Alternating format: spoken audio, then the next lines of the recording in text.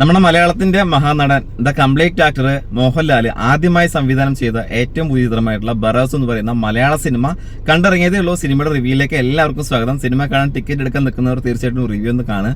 കാര്യം മറ്റൊന്നുമല്ല, നമ്മുടെ ലാലേട്ടൻ 10-45 വർഷത്തോളമായി മലയാള സിനിമയിലെ താര ചക്രവർത്തിയായിട്ട് ഇങ്ങനെ നിലനിന്ന് പോവുകയാണ്.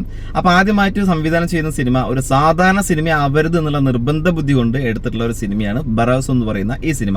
സിനിമയുടെ കഥാപ്ലോട്ട് നോക്കുകയാണെങ്കിൽ ഡിഗാമ തമ്പുരാന്റെ നിധി കാക്കുന്ന ഭൂതമായിട്ടാണ് ലാലേട്ട ഈ സിനിമയിൽ അവതരിക്കുന്നത്. അതിന്റെ കൂടെ തന്നെ വുഡു എന്ന് പറയുന്ന ഈ ഭൂതത്തിന് വഴികാട്ടിയും അതുപോലെ തന്നെ നിയമവും കാര്യങ്ങളൊക്കെ പറഞ്ഞു കൊടുക്കുന്ന ഒരു അനിമേഷൻ ക്യാരക്ടർ ഉണ്ട്. അതൊക്കെ നല്ല രസമുണ്ട് കാണാൻ. അനിമേഷനും അതുപോലെ തന്നെ VFX അതുപോലെ തന്നെ മറ്റുള്ള ഗ്രാഫിക് വർക്കും ഒക്കെ കിഡിൽ എന്ന് പറഞ്ഞാൽ കിഡിലാണ്, ഹൈ വർക്കാണ് ചെയ്തിട്ടുള്ളത്. നല്ല പ്രൊഫഷണൽ ആയിട്ടുള്ള ആളുകൾ ചെയ്തു വെച്ചിട്ടുള്ള ഒരു സിനിമയായിട്ട് നമുക്ക് കണക്കാക്കാം.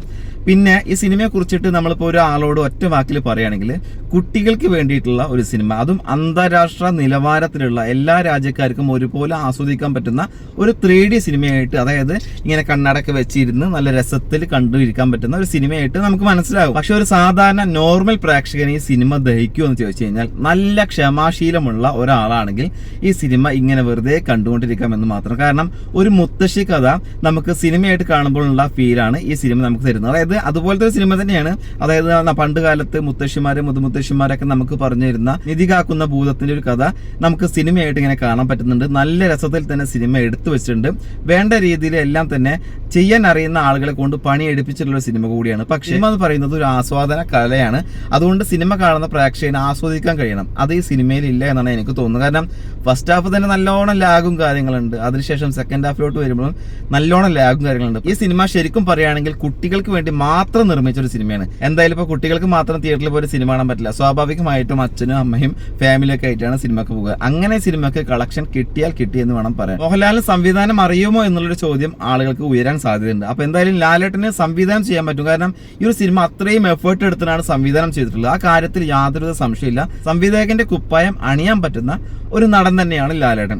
ഈ സിനിമ തുടങ്ങുന്നത് ഒരു സോങ്ങിലൂടെയാണ്. ഈ സിനിമ അവസാനിക്കുന്നതും ഒരു പാട്ടിലൂടെ തന്നെയാണ്. നമ്മുടെ സിനിമ തുടങ്ങുന്നതിൽ നരേഷൻ കൊടുക്കുന്നത് നമ്മുടെ മെഗാസ്റ്റാർ മമ്മൂട്ടിയാണ്. വളരെ വിശ്വസനായിട്ടുള്ള ബറാസ് എന്ന ഭൂതം 1400 വർഷക്കാലം ഈ നിധിയും കാര്യങ്ങളൊക്കെ ആർക്കും തൊടാൻ കഴിയാത്ത രീതിയിൽ സംരക്ഷിച്ചു പോരുന്നു. പിന്നീട് അവകാശി വരുമ്പോൾ ആ അവകാശിക്ക് നിധി കൈമാറുമ്പോൾ ഉണ്ടാവുന്ന സംഭവ വികാസങ്ങളാണ് ഈ സിനിമ നമുക്ക് പറഞ്ഞു തരുന്നത്. ഈ സിനിമ 3D വിസ്മയം എന്ന് പറയാൻ പറ്റുന്ന തരത്തിലുള്ള സിനിമയാണ്. അത്ര ക്വാളിറ്റിയിലാണ് 3D സിനിമ മേക്ക് ചെയ്തിട്ടുള്ളത്. ലാലേട്ടനെ സംബന്ധിച്ചിടത്തോളം വളരെ നിസ്സാരമായി ചെയ്യാൻ പറ്റുന്ന ഒരു കഥാപാത്രമാണ് ഈ സിനിമയിലെ ബറാസ് എന്ന കഥാപാത്രം. പിന്നെ ഈ സിനിമയിൽ എസബെല്ല എന്ന് പറയുന്ന ഒരു ക്യാരക്ടറായിട്ട് ഒരു പെൺകുട്ടി വരുന്നുണ്ട്. നല്ല രീതിയിൽ തന്നെ അവതരിപ്പിച്ചിട്ടുണ്ട്. പിന്നെ അതൊരു മലയാള സിനിമയാണ്. ഒരു ദൃശ്യവിസ്മയമായിട്ടുള്ള സിനിമ ആയതുകൊണ്ട് തന്നെ നമുക്ക് ഈ ഒരു സിനിമയുടെ സ്ക്രീനിലേക്ക് നോക്കുന്നതിനേക്കാൾ കൂടുതൽ സബ് ടൈറ്റിൽ നോക്കി സിനിമ മനസ്സിലാക്കേണ്ട ഒരു അവസ്ഥയാണ്. ആ ഒരു കാര്യം ഇവര് നോക്കുകയാണെങ്കിൽ, അതായത് ഇതൊരു മലയാള സിനിമയാണ്, ഒട്ടുമിക്ക ആളുകളും മലയാള സിനിമ പ്രേമികളാണ് ഈ സിനിമ കാണുക.